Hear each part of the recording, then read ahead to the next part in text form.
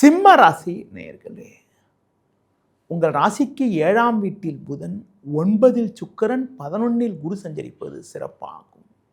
இதன் காரணமாக ஒரு சில வளமான பலன்களை பெறுவீர்கள். பண வரவுக்கு எந்த விதத்திலும் குறை இருக்காது. உங்கள் தேவைகள் பூர்த்தியாகும்.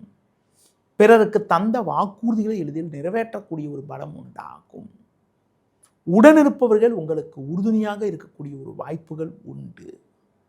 கணவன் மனைவி இடையே ஒற்றுமையானது கடந்த காலங்களில் இருந்து வந்த கருத்து வேறுபாடுகள் எல்லாம் தற்போது மறைந்து ஒரு ஒற்றுமையான சூழ்நிலை உண்டாகும். உங்கள் ராசிக்கு 8ஆம் வீட்டில் சனி, சூரியன், செவ்வாய் சஞ்சரிப்பதால் ஆரோக்கியத்தில் சற்று அக்கறை எடுத்துக்கொள்வது நல்லது.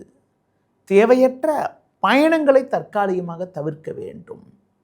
உணவு விஷயத்தில் சற்று கட்டுப்பாடோடு இருப்பது மிக மிக நல்லது. இந்த வாரத்தில் குறிப்பாக உங்களுக்கு தொழில் ரீதியாக ஒரு நல்ல வாய்ப்புகள் கிடைக்கும். வேலையாட்கள் ஒத்துழைப்பை பற்றி எதிர்பார்க்காமல் நீங்கள் பணியில் கவனத்தோடு இருந்தால் ஒரு சில வளமான பலன்களை பெறக்கூடிய ஒரு வாய்ப்புகள் உங்களுக்கு உண்டு. உத்தியோக ரீதியாக பார்க்கின்ற பொழுது ஒரு நல்ல ஒரு முன்னேற்றங்கள் உங்களுக்கு இருக்கும்.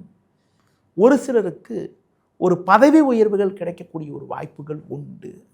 அதிகாரியிடம் பேசுகின்ற போது மட்டும் சற்று பொறுமையோடு இருப்பது நல்லது. இந்த வாரத்தில் குறிப்பாக சிவன் ஸ்தலங்களுக்கு சென்று வருவது மிக மிக நல்லது.